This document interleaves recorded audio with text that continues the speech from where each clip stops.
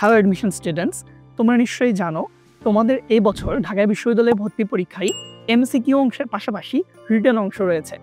বিগত কয়েক বছর ধরে ঢাকা ইউনিভার্সিটি এই ট্রেন্ডটা ফলো করে আসছে, কিন্তু মজার ব্যাপার হচ্ছে বিগত বছরের পরিসংখ্যান ঘাটলে দেখা যায় অধিকাংশ শিক্ষার্থীরাই ইংরেজি অংশে ফেল করে বসে।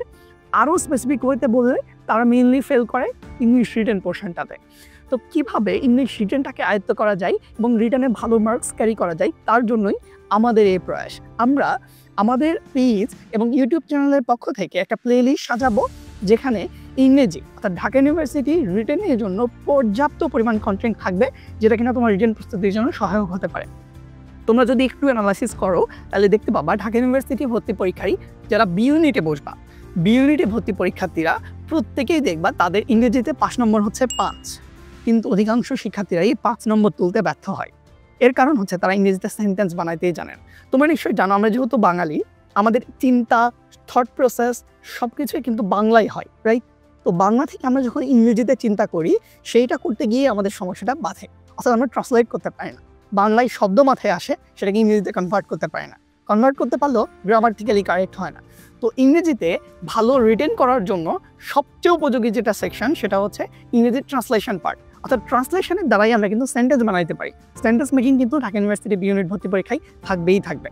তো আজকে আমরা দেখব কিভাবে ইংলিশ সেন্টেন্স মেকিংয়ে ভালো করা যায়। তো কথা আগেরটাই, যদি সেন্টেন্স মেকিংয়ে ভালো করতে হয় তাহলে আমাদের ট্রান্সলেশন জানতে হবে। আজকে আমরা 2টা বাক্য লিখেছি, 2টা বাক্য থেকে কিভাবে ইংলিশ ট্রান্সলেশনে ভালো করা যায় তার একটা হ্যাক শেয়ার চেষ্টা করব। এবার আসো আমরা বোর্ডের লেখা বাক্যগুলোর দিকে একটু খেয়াল করি। বোর্ডের লেখা 2টা বাক্যের সাহায্যে আমরা দেখার চেষ্টা করব কিভাবে একটা বাংলা বাক্যকে ইংলিশ দিয়ে ট্রান্সলেট করা যায় এবং ট্রান্সলেশন শেখার মাধ্যমে কিভাবে আমরা ইংলিশ সেন্টেন্স মেকিংয়ে ভালো করতে পারি। তো বাক্য 2টা যদি একটু দেখি আমরা, এখানে বই বিক্রি করা হয় এবং সে বই পড়ে। 2টা বাক্যের ক্রিয়া একটু আমরা খুঁজে বের করার চেষ্টা করব। বাংলা বাক্যের ক্রিয়া ইজ ভেরি ইম্পর্টেন্ট। যদি এই বাক্যটার দিকে তাকাই, এখানে বই বিক্রি করা হয়, তার মানে এখানকার ক্রিয়া হচ্ছে বিক্রি করা হয়। এবং সেকেন্ড বাক্য সে বই পড়ে, এখানকার ক্রিয়া হচ্ছে পড়ার কাজটা, রাইট?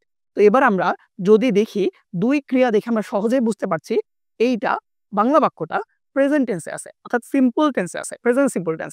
আমরা যদি বলি প্রেজেন্ট ইনডিফিনিট বা প্রেজেন্ট সিম্পল টেন্সকে যদি প্রেজেন্ট ইনডিফিনিট, রাইট?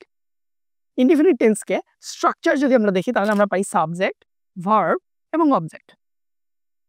তো সাবজেক্ট, ভার্ব এবং অবজেক্ট হচ্ছে প্রেজেন্ট ইনডিফিনিট টেন্সের স্ট্রাকচার। তাহলে এখানে বই বিক্রি করা হয় এবং সে বই পড়ে।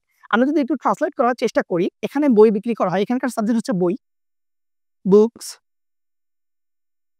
বিক্রি করার ইংরেজি হচ্ছে সেল। তাহলে আমরা যদি লিখি বুকস সেল হেয়ার, তাহলে কিন্তু বাক্যের ট্রান্সলেশনটা ভুল হয়ে যায়। কেন হয় আমরা একটু পরে দেখার চেষ্টা করব। দ্বিতীয় বাক্যটা যদি আমরা খেয়াল করি, সে বই পড়ে, অর্থাৎ আমরা বলতে পারি হি পড়ে, রিড, যেহেতু হি সিঙ্গুলার, রিডস বুক, রাইট? কিন্তু ওপরের বাক্যটা আমি বলেছি একটু ভুল হয়েছে। কেন? দেখেন খেয়াল করে, 2টা বাক্য 2টাই কিন্তু প্রেজেন্ট সিম্পল টেন্সে আছে, কিন্তু স্ট্রাকচার ইউজ করে এই বাক্যটাকে ট্রান্সলেট করা যাচ্ছে না। তার কারণ হচ্ছে এই বাক্যে যে সাবজেক্ট বই, অর্থাৎ এখানে বিক্রি করার যে কাজটা, বই বাক্যের সাবজেক্ট, সে কিন্তু বিক্রি করার কাজটা করে নাই। অর্থাৎ আমরা জানি কোনো বাক্যের সাবজেক্ট যদি কাজ না করে তাহলে সেটার অ্যাক্টিভ টেন্সে হয় না, সেটা হয় প্যাসিভ টেন্স। অর্থাৎ প্রেজেন্ট ইনডিফিনিট টেন্সেরই 2টা করে স্ট্রাকচার রয়েছে। একটা হচ্ছে অ্যাক্টিভ টেন্স, আমরা এখানে বলবো অ্যাক্টিভ স্ট্রাকচার, আরেকটাকে আমরা প্যাসিভ স্ট্রাকচার বলতে পারি। তাহলে প্যাসিভের স্ট্রাকচারটা কি? আমরা জানি প্যাসিভ মানে বি প্লাস V3, বাকি সবকিছু ঠিক থাকবে, সাবজেক্ট, ভার্ব, অবজেক্ট এগুলো তো আছেই। দেখেন বি ভার্ব প্লাস V3 হবে। তাইলে এই বাক্যটাকে আমরা যদি একটু খেয়াল করে দেখি, আমরা যদি লিখি বুকস, সাবজেক্ট লাগবে books, be verb plus V3 লাগবে, বিক্রি করা। তার মানে বুকসটা যেহেতু প্লুরাল, তাহলে আমরা ব্যবহার করবো বি ভার্ব হিসেবে আর। বুকস আর বলছি V3 লাগবে, বিক্রি ইংরেজি সেল, তাহলে এর V3 ফ্রম কি? Sell, sold, sold. তাহলে books are sold here. Interesting ব্যাপার, খেয়াল করে দেখো 2টা বাক্যই ছিল প্রেজেন্ট ইনডিফিনিট টেন্স বা প্রেজেন্ট সিম্পল টেন্স, কিন্তু 2 বাক্যের ট্রান্সলেশনটা ভিন্ন হয়ে গেল জাস্ট বিকজ অফ একটা ছিল অ্যাক্টিভে আর একটা হচ্ছে প্যাসিভে। অর্থাৎ ট্রান্সলেশনের ক্ষেত্রে শুধু বাংলা বাক্য পাওয়ার পরই আমরা টেন্স নির্ণয় করে ট্রান্সলেশন শুরু করে দিব না, আমরা খেয়াল করে দেখব সেটা অ্যাক্টিভে আছে নাকি প্যাসিভে আছে। এরকমই প্রত্যেকটা টেন্সের অ্যাক্টিভ এবং প্যাসিভ স্ট্রাকচার রয়েছে। ট্রান্সলেশনে ভালো করার জন্য প্রত্যেকটা টেন্সের অ্যাক্টিভ এবং প্যাসিভ স্ট্রাকচার জানা প্রয়োজন। যদি জানা থাকে তবে আমরা খুব সহজেই এই রুলটা অ্যাপ্লাই করে সহজেই আমরা ট্রান্সলেশন করতে পারবো। আর যারা ট্রান্সলেশনে যত বেশি দক্ষ সেন্টেন্স মেকিংয়ে তারা তত ভালো করতে পারে।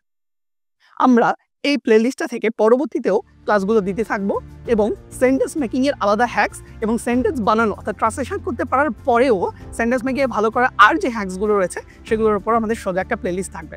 এরকমই আরও ইংলিশ রিটেন নির্ভর ক্লাসগুলো পেতে আমাদের পেজ এবং ইউটিউব চ্যানেল ফলো করে আমাদের সাথেই থাকবে।